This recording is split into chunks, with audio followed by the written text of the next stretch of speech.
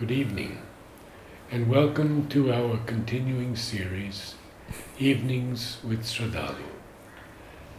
Namaste. Namaste. We were talking about all the darkest and negative things. What are the positive possibilities?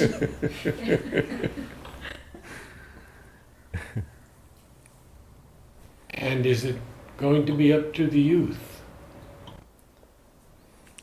If you look back at the last 50 years, every generation has said, we failed, we couldn't do, now it is up to you, the youth, you will make the difference. I was told that when I was a kid.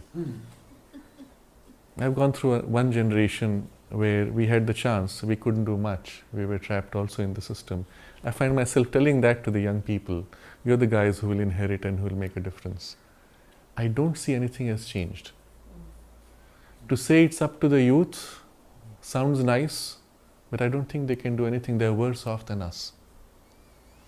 You had a childhood which was normal. I had a reasonably normal childhood because we didn't have television yet at that point. But after TV came in, none of them has had a normal childhood.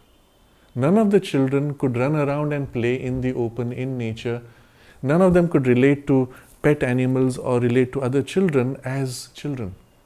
They've spent their time sitting glued to TV for several hours a day.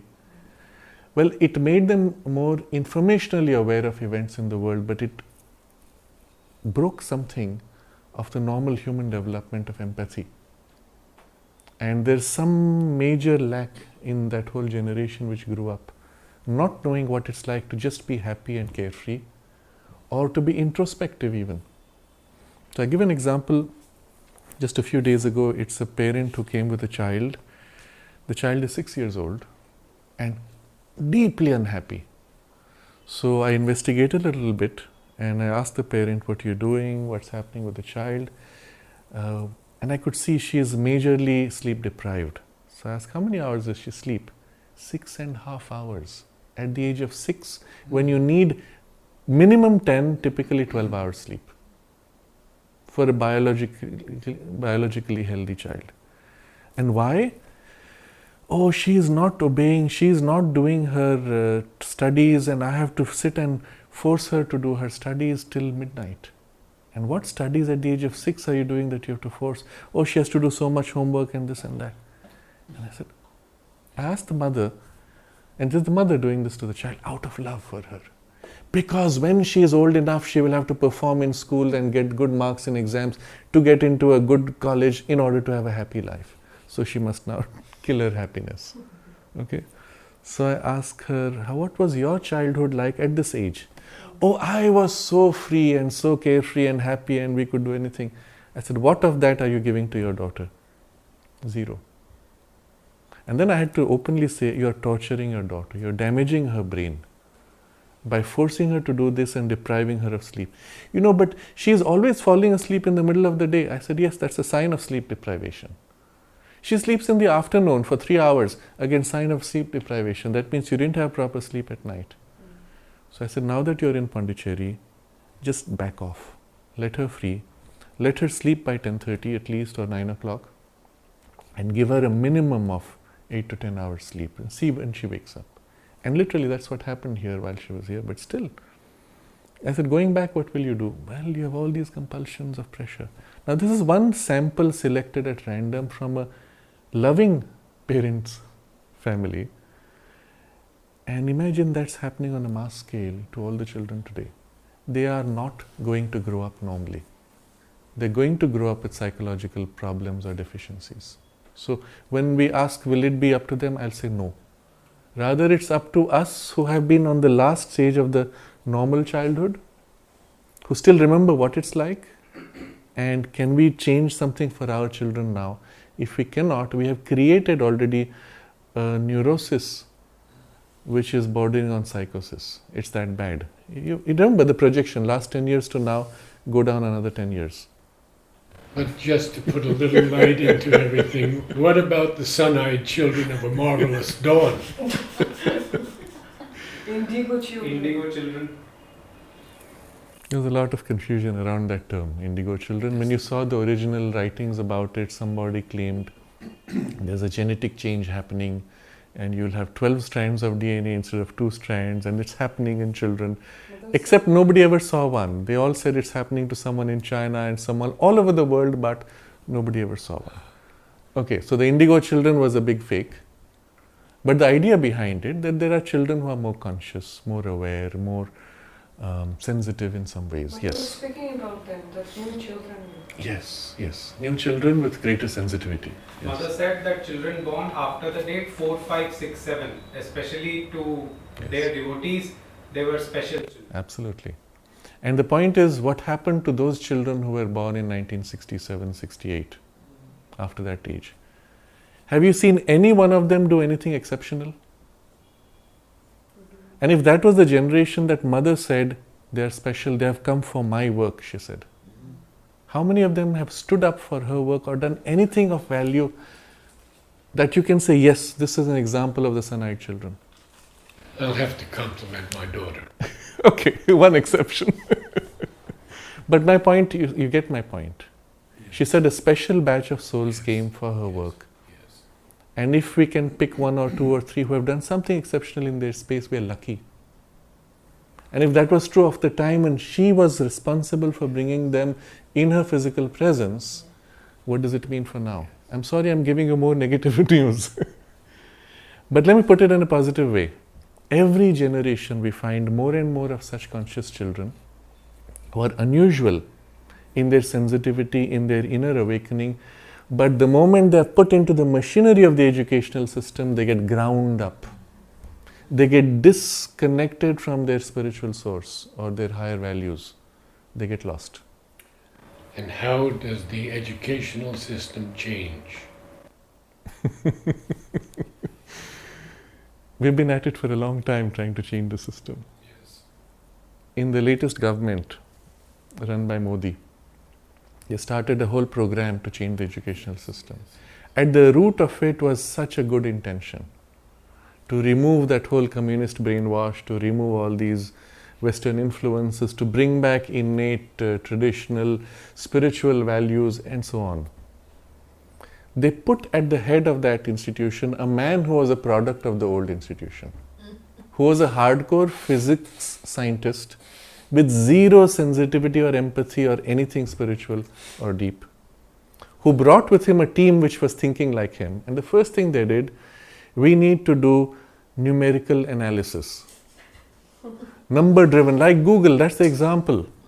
So they made a study of all the past reports of the educational committees to make analysis of which words occur more often and incorporate those ideas. I mean, it is ridiculous. Total waste. They spent 4 years and came out with something which was so ridiculous, it's not going to be applied at all.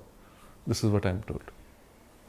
Now, you see where the problem is. The people who are being placed to change the system are themselves a product of the old system. And look at my own example now. When I came out from the ashram school, and remember what the mother achieved in the ashram school was a complete shift of the fundamentals of the educational system. Okay? But once we got into the class processes, the teachers were from the old system. And they opposed what she was doing. Now this is not known, this is not politically correct to speak of, but somewhere we need to speak of it so that people know what really happened. Kitu has spoken of it. Kitu has spoken. It's on record. Yes, I'm glad about that. He's the only one who knows this part of the story, can speak of it today. The others who know will not speak of it. And the reality was more than half of the teachers opposed mother's efforts. And this included Nirodha, who actually said, what is this newfangled system? I don't agree with all this. Because he was a product of that old system and didn't accept it. Now, it's not that he didn't accept the mother, or he didn't accept the ideas of Sri Aurobindo, but it made no sense to him and he could not understand what it meant practically to be done. And this is the problem with all the good intentions. When you are a product which is already deformed from the old system, you don't even know and you can only replicate what you are. So what mother managed to do in spite of this humongous opposition, and we have to see this in terms of consciousness, not people. She managed to squeeze in certain fundamental changes. And when I look back at my own passage through the school, we had teachers who were completely warped in the old model and would teach us things which were in the old way and in the old content, which created a kind of an internal dissonance.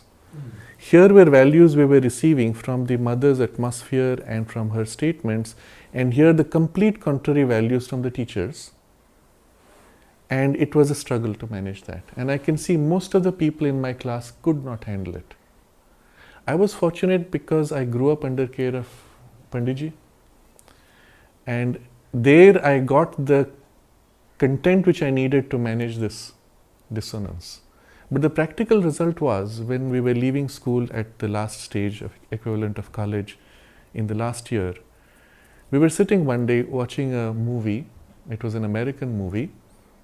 Sidney Poitier was the hero, and his father in the movie is a postman, and the father says to the son, I have worked all of my life to save money, to give you a good education, and you are answerable to me to some extent because of what I have done for you. And this young man says to his father, you owe me nothing, you brought me into the world, it was your responsibility to do your best, and he said, I owe you nothing, you brought me into the world, it was your responsibility to do your best, and I can do what I like, I don't care for you. In so many words, effectively. And the moment that stuff came, immediately I disconnected. Nah, this is wrong. I don't know what's right, but this is wrong. I can feel it. So I disconnected and I looked at the other children. There was only one other boy who was shaking his head. Everybody else was glued to the TV and just drinking it in. Absorbing it. And I give this as an example to show that for most children, the values that they imbibed on the deeper levels had not been integrated into the surface thinking. That they could not feel this dissonance or recognize what was the correction required. Now, without exception, all the children who have passed through our school are different because of those deeper values. But if it has not been integrated into the surface part of the thought, if it cannot be articulated logically and brought in objectively into your life, there's a gap which was missed. But looking positively, there were some who fully agreed with Mother's free progress. Absolutely. And it's not just the free progress, it is the very approach that she wanted in the education itself, which was missed by most people. One does not have to make it necessarily free progress. But the earlier model where you drill in factual data and have children pick up by rote was to be replaced by a curiosity-driven, project-driven, personal investigation-driven process of learning, which in its extreme becomes a completely free progress system, but can also be implemented in a less free, more structured environment. That was not always done. And Kirit Joshi, in a private conversation, told me the change that we were making went all the way up to the last level.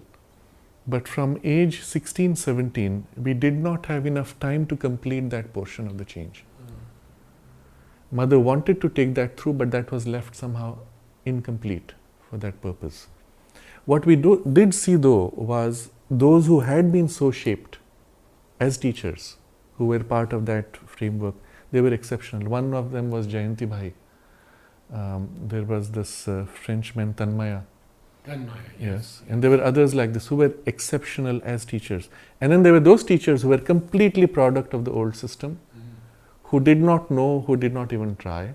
And so my point was, there was this dissonance of something between the values that the mother brought successfully and then this layer which came with the mixed content.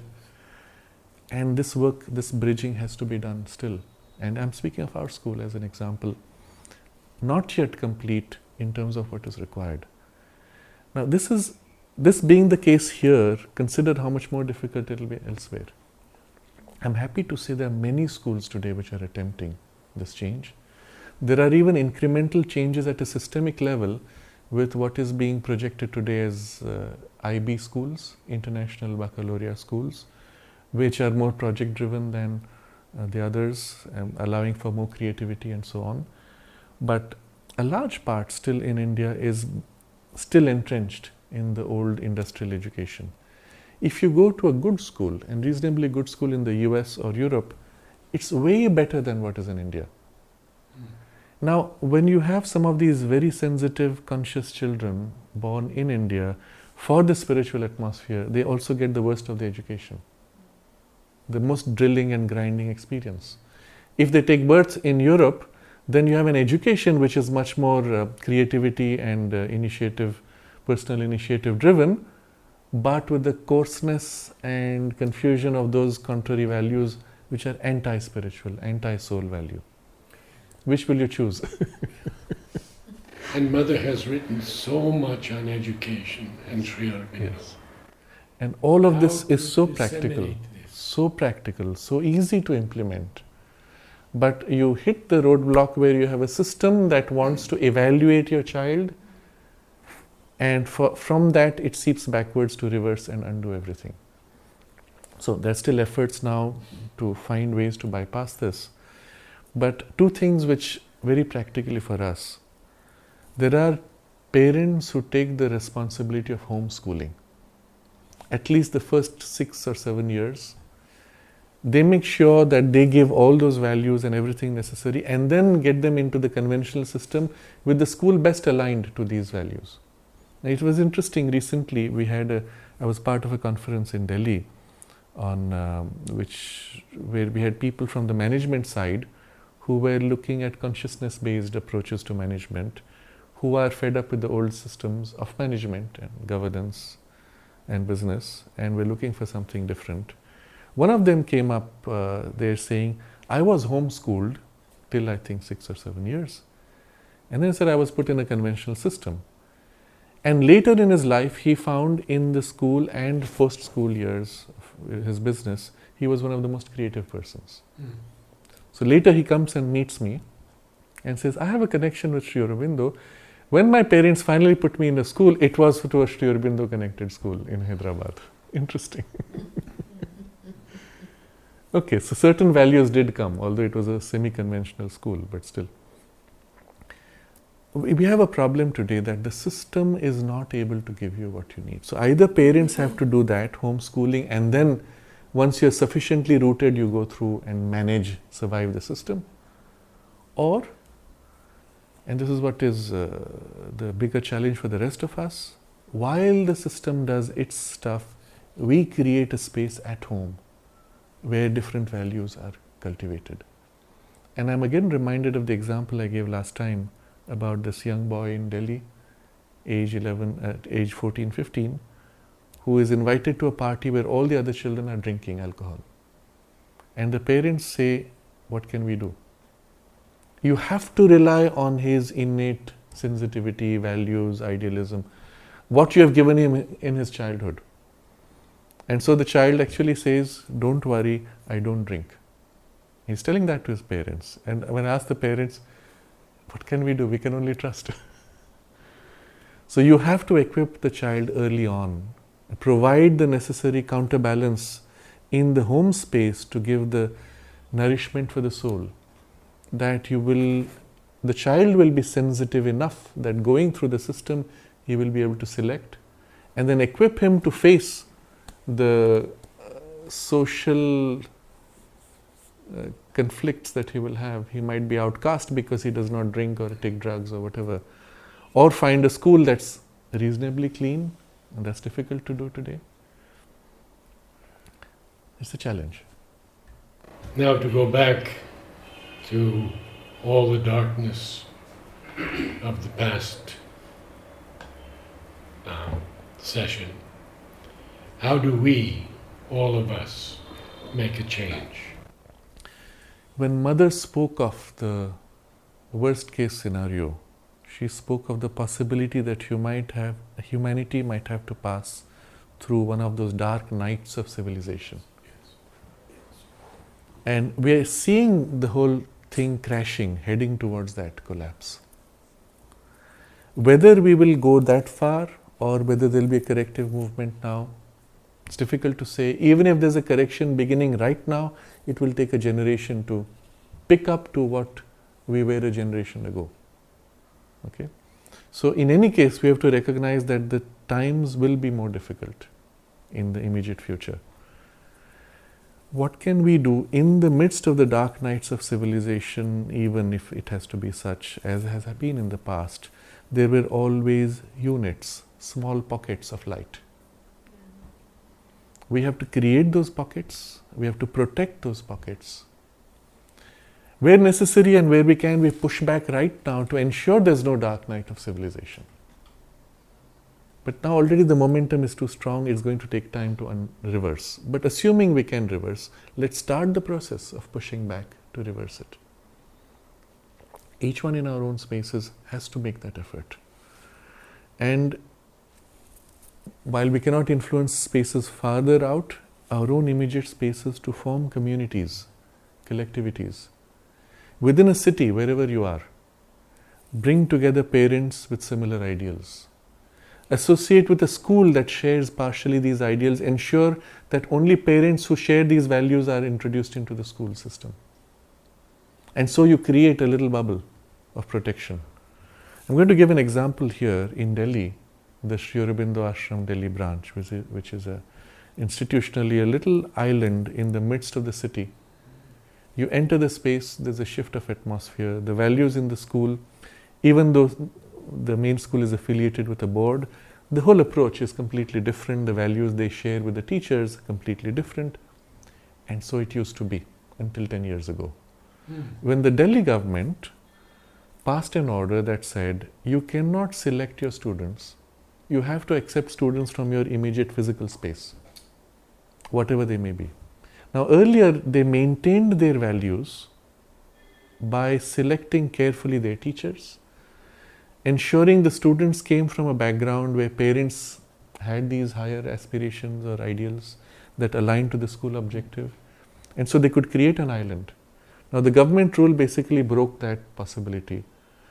Now whatever leeway they have, they will surely utilize it, but in practice it means all kinds of people come in with contrary values and mix the quality that you've created. So the important thing I'm getting to is the need to create a pushback to form a local island. Can we as parents and maybe with a local school create a space like that? Yes. In principle, nothing stops us. We have to fight a little bit, but it should be possible. In our school also now all kinds of children are there, which are children of officials, which are children of politicians. Yes. And the problem is the moment you create a space like that, the local politicians will say, here's a nice school, I want my kid here. And what do you do? Because he introduces his child with good interest for his child, but the child comes with the baggage of a perverse value system. And that will always be. And we have to accept that. Even in the schools of Auroville, they cannot speak of mother and child. Yes. And that's okay. That's another important point. Speak up openly of what your values are. Stop being politically correct.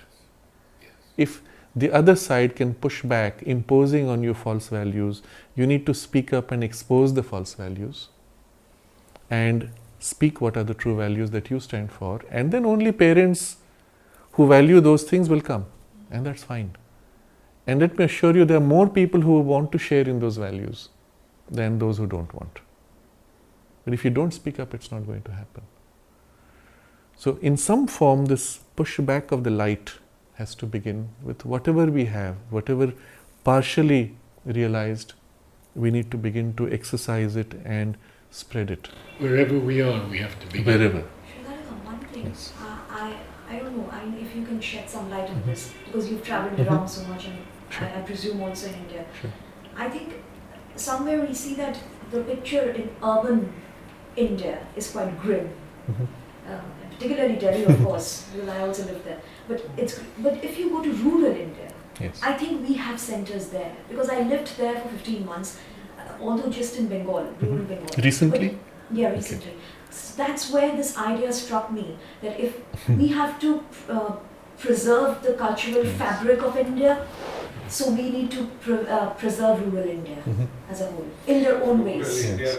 The beauty of the Indian problem of poverty and non-development for so many decades while we may blame the politicians for the poverty and the poor development after India's independence, the beauty of it was that it protected rural India from these perverse influences which largely settled in the cities.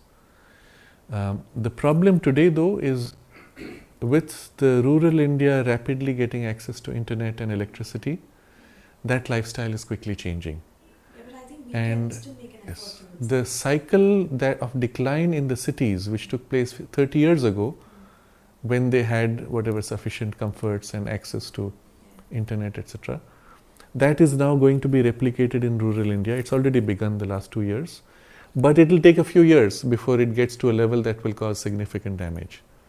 So yes, you're right. In rural India, still that innocence, that freedom, that clarity of values is So present. don't you think we should urge, the people at the top to sort of start up things at the rural level? Yes. So again, in your vocabulary, we have to ask the people at the top to make a difference. Why?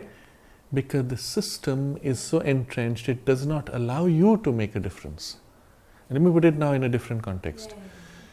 Under British rule, there was a deliberate, structured strategy to break up local indigenous value systems, languages, culture, traditions, etc. Deliberate for this purpose, to reduce you to becoming part of that whole system. And one of the things they did, they uprooted you from your language. They killed local schools, vernacular schools, Sanskrit was stopped, and so on. This is all going back 200 years. Where earlier you had the equivalent of what today would be called university at each district level, and people spoke in the vernacular. Most people had some access to Sanskrit to whatever degree relevant for their life, and all of that was cut off and removed to be replaced by English schools driven by missionaries. Now at that point they passed a law that vernacular schools had to take permission of the government to start or to run. English schools could start anywhere. When the British left after independence, the same law continued. So to this day, if you want to start a school in the vernacular, there are all kinds of government regulations. English schools or the missionary run schools, they don't have those regulations. So they can sprout all over the place. Second, worse now, going back about, 5 or 6 years, there was something called the Right to Education Act, which was passed, which required for every school to take in a certain number of poor students so that you could have equal access to education for everybody. But this was only required for schools which were majority schools, meaning they are not applicable to missionary run schools. The result was, economically the schools became unviable. Already these schools were running on very low profit margins, whereas the missionary schools were running on very high profit margins. They are the ones who could afford to take in new students. These ones couldn't, and effectively the schools began to shut down. The situation became so bad, all the vernacular schools have been shutting down the last 2 years. So, top down never works because they have no idea. What you need is a kind of liberalization, get them out of the way, allow local entrepreneurship to create its own school systems and structures. But they're scared of that, they don't want to let go of power. We're actually in a jam in the way the system is constructed. Anmol? No, I was just saying that, there are so many spiritual organizations also, like Chinmaya Mission is there, they have Chinmaya Vidyalayas in Delhi, Yes. Art of Living is there, they are having something. Our integral schools, so many in Odisha. Are they not pockets of light or nodes of, to create Yes. positive change? So if you look at many of these schools run by religious institutions, a large number of them are conventional schools. What they're doing is they're offering you low-cost education and throwing in a little bit of the teachings of their spiritual preceptors. But in what form? Okay, things to learn by heart before you start your day. Speak a few sayings of so-and-so head of who has inspired their institution. But what's happening in the actual content and methodology of the education? Zero change. Most of them. A few have made a huge effort. Chinmaya Mission particularly is one of them. and they have tried to actually change the pedagogy and the content of classroom, training their teachers for a different approach. And to the extent that they have been able to do that, it is exceptional. But at the end of the day, you are competing with other schools which have a better branding because they are associated with something more international. Basically, the fight between the And this European one value is system and somehow considered to be less. They have made them accessible by putting lower prices. So again, the practical result is you cannot multiply easily. Now you see, for example, on the other extreme, the more expensive schools, I have a specific school group in mind. They are opening 2 entire schools every year. In each school, 5,000 children. It's a gigantic machinery of manufacturing. And how do they do that? The profits from the current school are being invested the next year into the next 2, which are being invested doubling each time. It's a massive machinery. Isn't this commercialization of education? Of course it is. Exactly. And the content of education is trash. But they've built a brand image, and the parents say, there's a big name, dump your kids in. On the other side, Chinmaya Mission schools, which are doing excellent work, lower priced, so you cannot multiply easily. If you wanted to multiply, you'd have to train the teachers. They invest hugely on their teachers. What do? How fast can you get? You cannot double every year. So practically, this is the problem. Look at the Montessori system. It's an excellent approach. It is perfectly in alignment to the integral education approach. It is one of the formulations, let's say, of an integral approach. Okay, one very specific form. Maria Montessori was a mystic. She knew Sri Aurobindo. I don't know if you're aware of this. A very close connection. She lived for 13 years in Chennai, and that's when she had the biggest burst of her creativity in her revolutionary education. One of her books she not dedicated in the print, but she wrote to Sri Aurobindo and with words of adoration, which was sent to Sri Aurobindo. Now, take just the Montessori system. If you want to train a good teacher in the system, 2 or 3 years of training, how do you do mass multipliers? The correction would be, for example, for the Indian government to say, all right, all kindergarten age, we will follow Montessori. Then you could do it. But will they do that? I don't know. At the moment at least. Or let's take the principles and implement a modified form of Montessori. Why not? Or take the principles and create your own framework. But that means a bureaucrat is being given charge of something which he is utterly incompetent to manage. That's the problem we are facing today. I'm sorry I don't give a solution here, but I'm showing you why there's a gridlock. No, but it's interesting. The way out will require something which either breaks this gridlock or something, I don't know, something drastic, revolutionary. How can the ashram help, or at least some people in the ashram? The ashram and Auroville were meant to be, or are still meant to be, centers where we can set up a model that can be replicated. Now, the ashram is very specific in that the teachers are not paid teachers.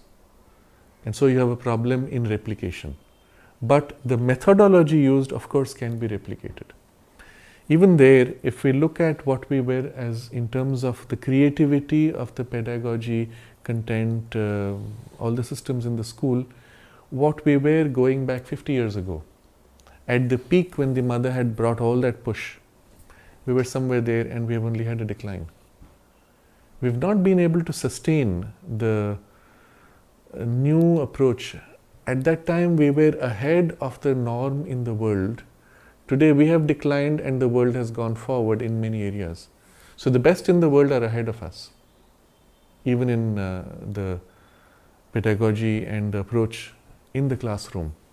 What we have, which is unique, of course, is the atmosphere that the mother has placed there, and that remains to be unique. But in terms of content, we need to revamp ourselves. Auroville, the mother tried to rebuild from scratch. The very first school that you see in Auroville, the mother called it last school.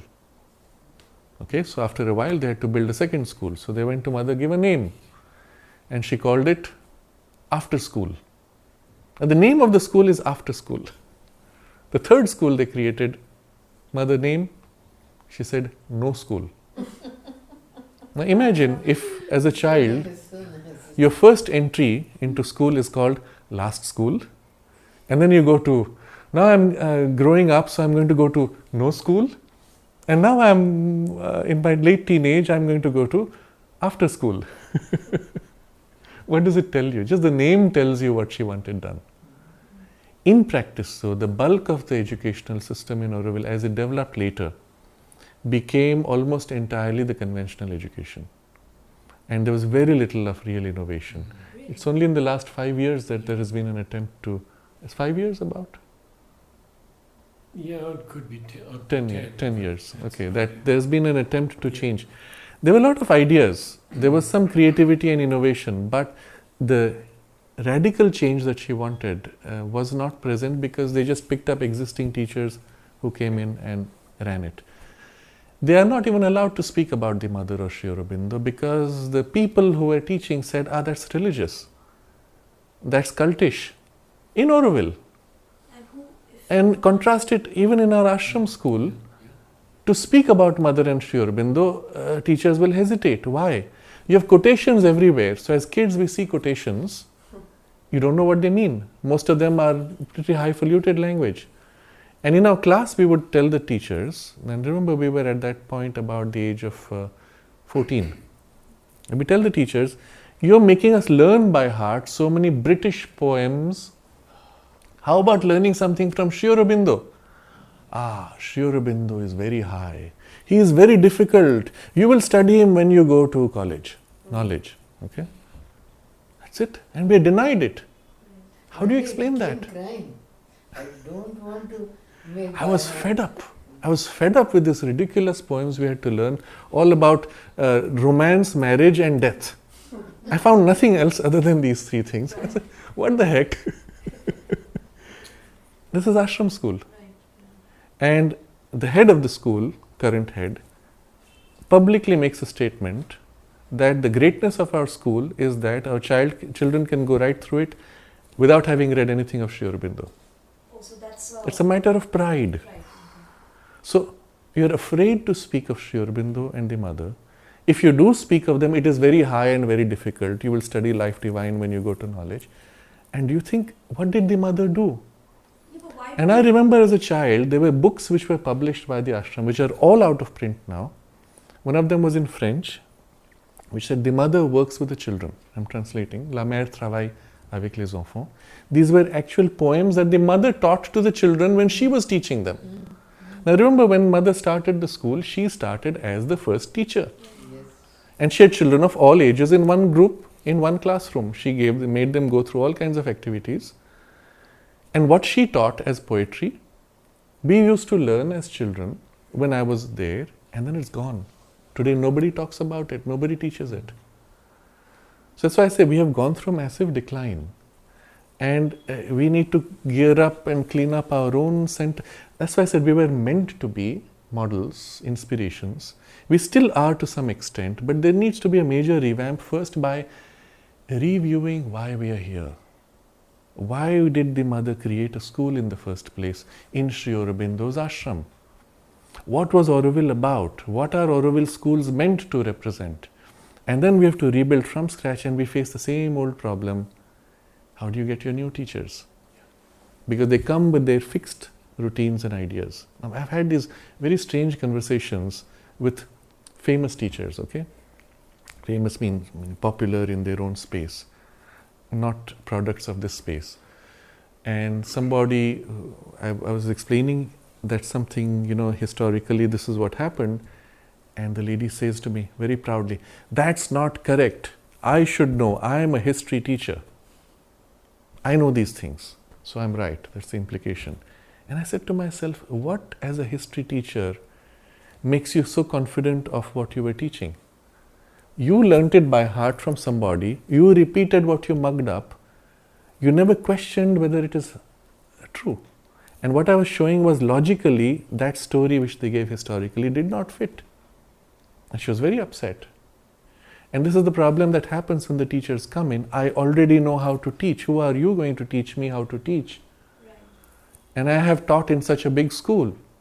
I was a doctor in such and such a hospital. So what I do now, you cannot question. That's the kind of mentality they come with.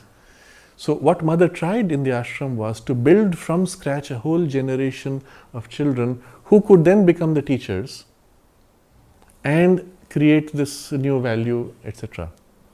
Unfortunately, the bulk of the children left. And it's not like the mother didn't know. Pranabda narrated to us this incident. She said it was 1970 or 71. The mother had built up an entire generation, the people who came as children to the ashram. She had prepared now for leadership, groomed them, trained them. And then mother said to Pranab, I saw in a vision all the pigeons flying away. And mother said, it means that whole generation will leave and we will have to start all over again from scratch. 71. This was 2 years before she leaves her body. So it's not that she didn't know, this is humanity, whatever. But she had the power, the courage, the conviction, the inspiration which she gives to us even now to rebuild. And that's what we have to do. It does not happen whatever has happened, it does not matter what has happened in the past.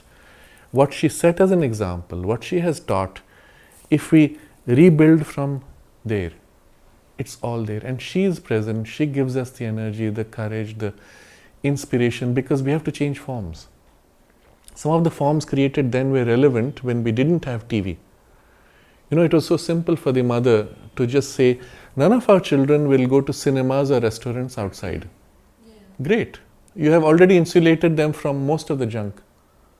Okay. Except now the television sits inside your house. It does not matter anymore. There's this explosion of commercial lifestyle. In our school, children have access to mobile phones and computer screens. They watch pornography. Yeah. What do you do about it? Yeah. So you have to review how you address the whole problem, find ways by which you will reverse or undo these things. I've seen an example of one spiritual community where in order to maintain that bubble of protection, they cut off all television access, but they created internally television channels, 2 TV channels in which they broadcast their own selected content. Very similar to the idea mother had. Well, she stopped the kids from going to outside cinema halls, but because they want to watch cinema, she brought cinema into the ashram playground. Yes. Created a big screen, and every Saturday was your access to the world, so to say. Well, if you can do that for cinema, why can't you do that with television? It should be possible again. But all of this requires a rethink and a reviewing of what we need to do, where we need to draw the line. A lot of experimentation, and we shouldn't fear that. Again, we could do the same thing in Auroville. Can we create a space within Auroville that we create a degree of insulation from conventional television, have a filtered access within? Should be possible. It's not such a big deal. But the initiative needs to be taken, and we will have to work at it. If meanwhile, a pushback can begin sufficiently that the overall trend of civilizational collapse can be stopped and then even reversed, then at that point these will be the centers which will radiate out, because the need in humanity is so great that they'll radiate out these values and even these examples. Last week in our session, you spoke of 2 leaders in the New Delhi conference. Mm-hmm. Have you met more? Yes. I find everywhere in the world there are people who are making this effort. And the degree to which they are able to succeed, or even the degree to which they are able to conceive of a different approach, will vary. Forms necessarily will vary. But common to all of them is some kind of an awakening or inspiration which comes from a deeper spirituality within them. And so we come back also to the earlier question about the sun-eyed children. It's not enough that the children come with potentiality if the system can damage them, but if they are able to survive the system and come through and wake up in spite of the system, then yes, we have the potential. And these are the people that we see. But don't you children. I'm sorry, but I've been trying to say this. There's so many of these who are exposed to all this nonsense. They go through it, and there comes a point when they reject it Exactly. or put it to one side and live like side by side with it. Yes. So this is the challenge the children face. If they survive the system, then they struggle with a conflict of values. Many of them, though, in surviving the system may be partially damaged, and they may not be conscious of it. No, but they are damaged. Yes, they are damaged. But then they recover. They recover, they will rebuild. And this is the power of the spiritual force and the supramental consciousness. Exactly. We began this whole discussion with your question about, well, what is the supramental force doing?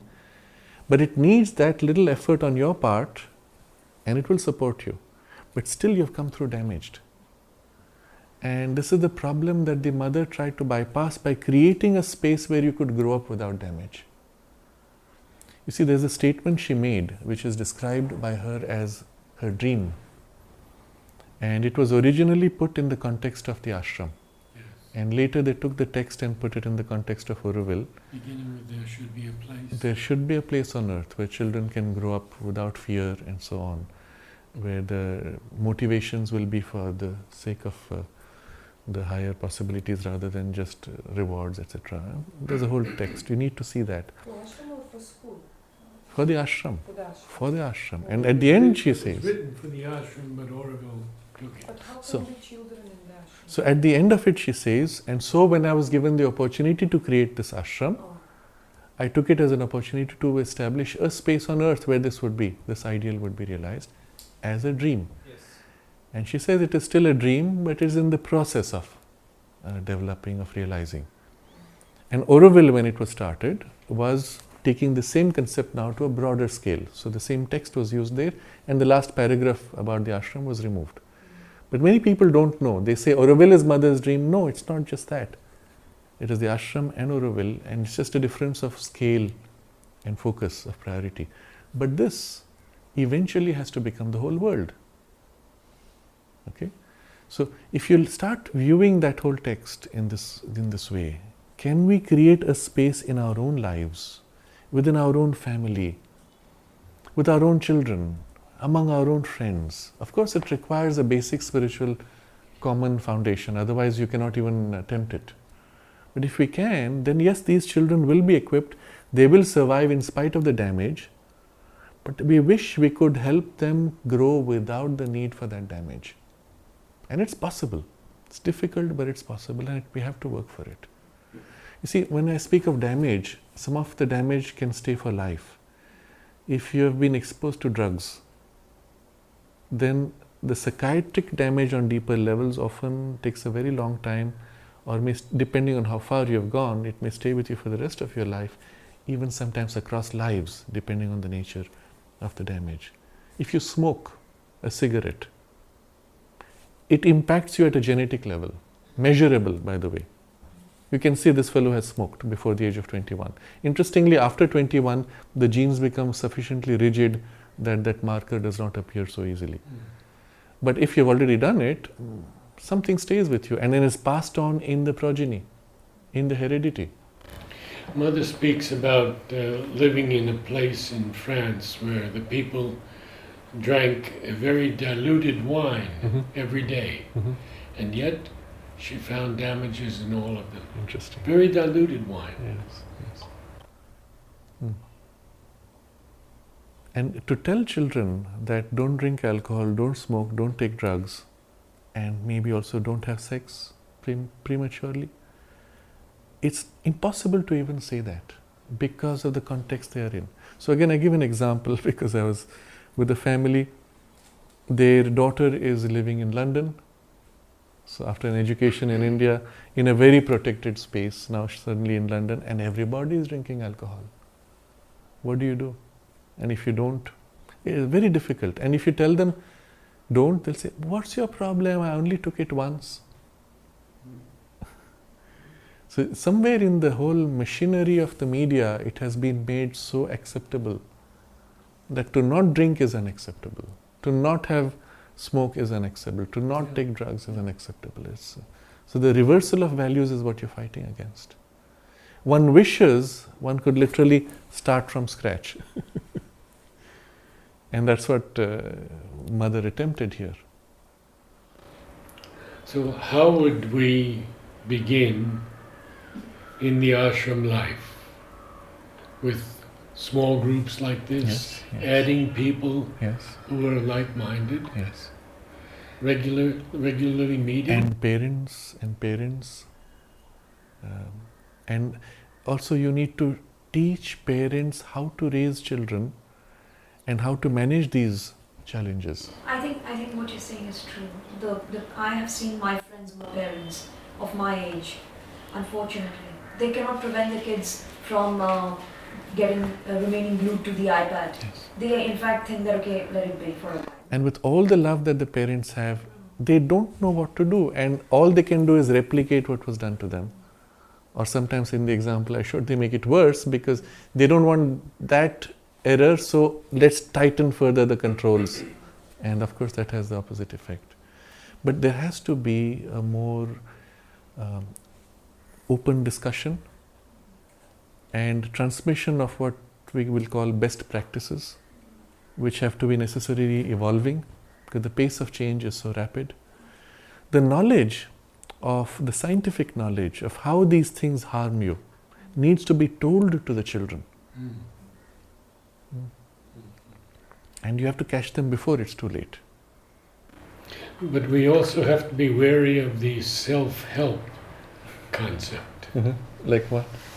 Well, there are so many self-help groups out there, but none of them on a higher plane. Right. Yes, much of the discourse taking place is, even in the name of spirituality, is emotional sharing among people who are desperate for personal contact. Yes, confessional kind. Right. Yes. And it's not spiritual, and it's not going to change anything fundamentally. At best it may help you heal a little bit, but it might even deepen your wounds if you do it the wrong way.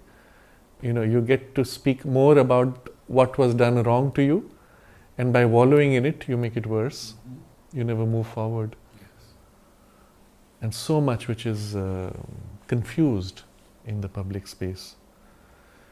I've seen groups which were considered to be spiritual, in the West. And what they did, they came together and they were asked to speak up what was their deepest pain, what was their deepest suffering. And they were told, in this process you will let it out and you will be free of it.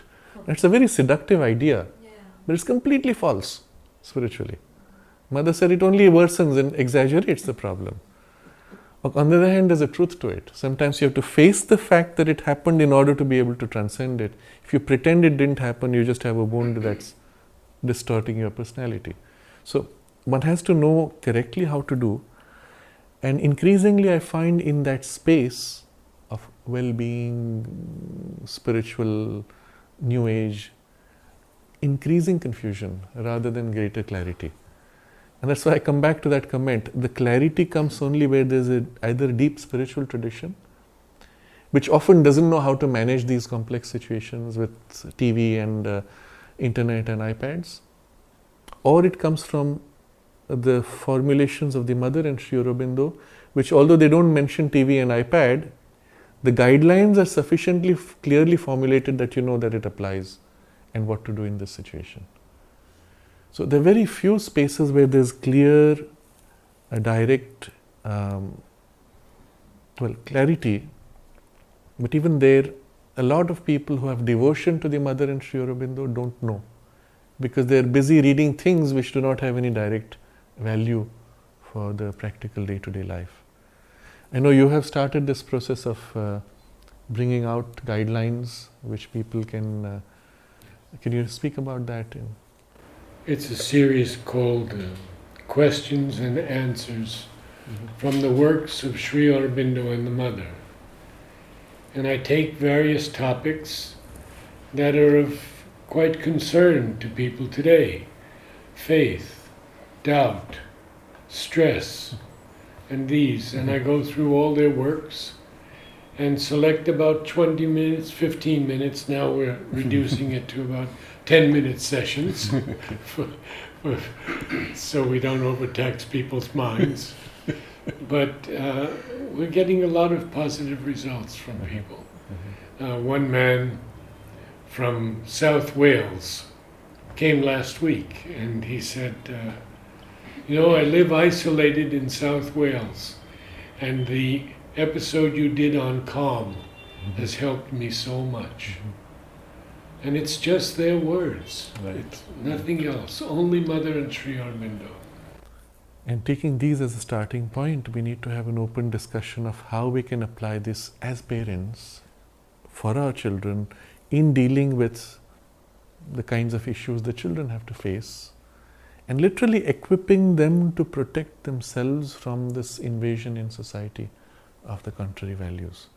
What I do see, and I don't see it happening immediately, but what I do see as inevitably necessary is more such spaces like Auroville, where an entire township has a spiritual orientation and then allows sufficient boundary to protect the society, not just the school, not just the parents, but the entire social system to be sufficiently protected from these contrary influences.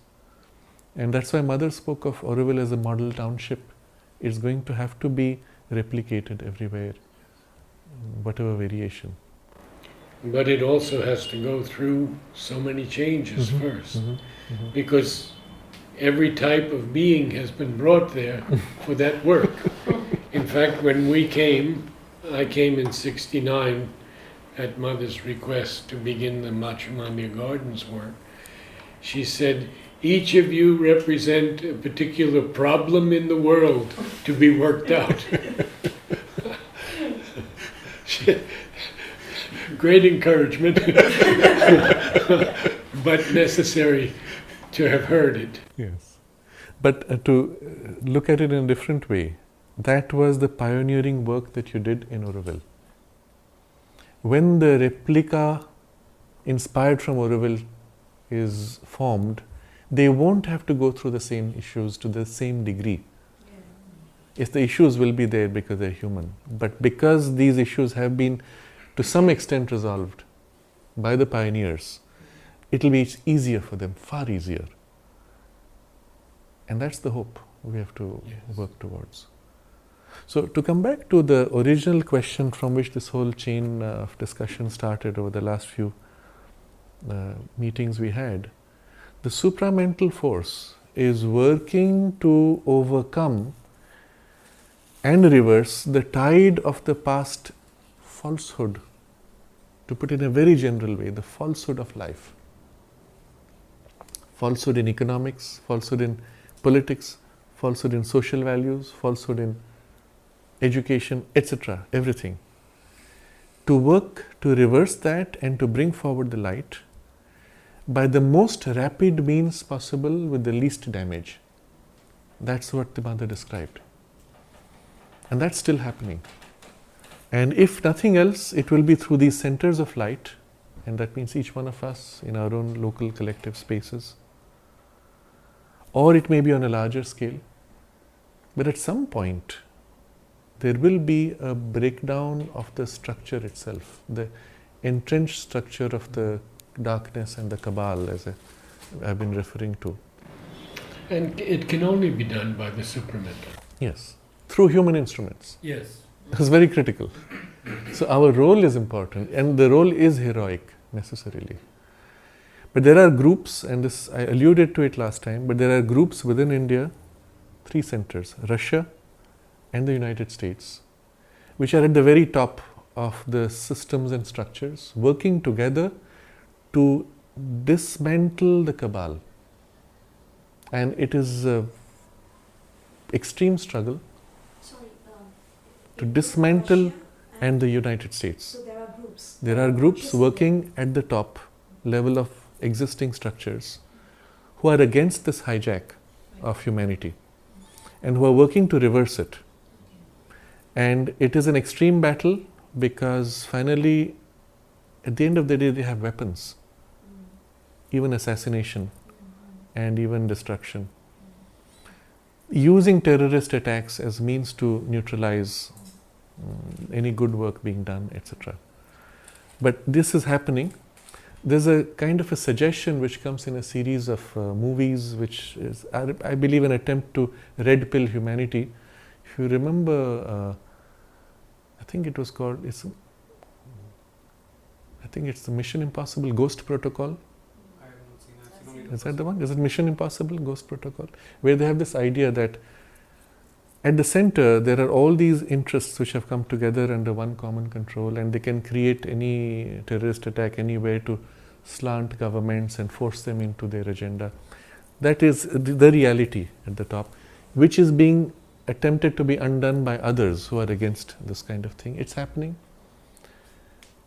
We have to pray for them. We have to pray for that effort to succeed, however long it takes. It's a plan which was put in place going back several decades, and a significant part of it was JFK, John F. Kennedy, who unfortunately was an effort precisely to neutralize this process, and he was assassinated because he attempted to reverse this trend. It's a plan going back many decades, and it is on the brink, even as this effort is on the brink. So, I would like to pick this up a Yes. little bit more in our Maybe next talk. And thank you so Thank much. you. Good night. Namaste.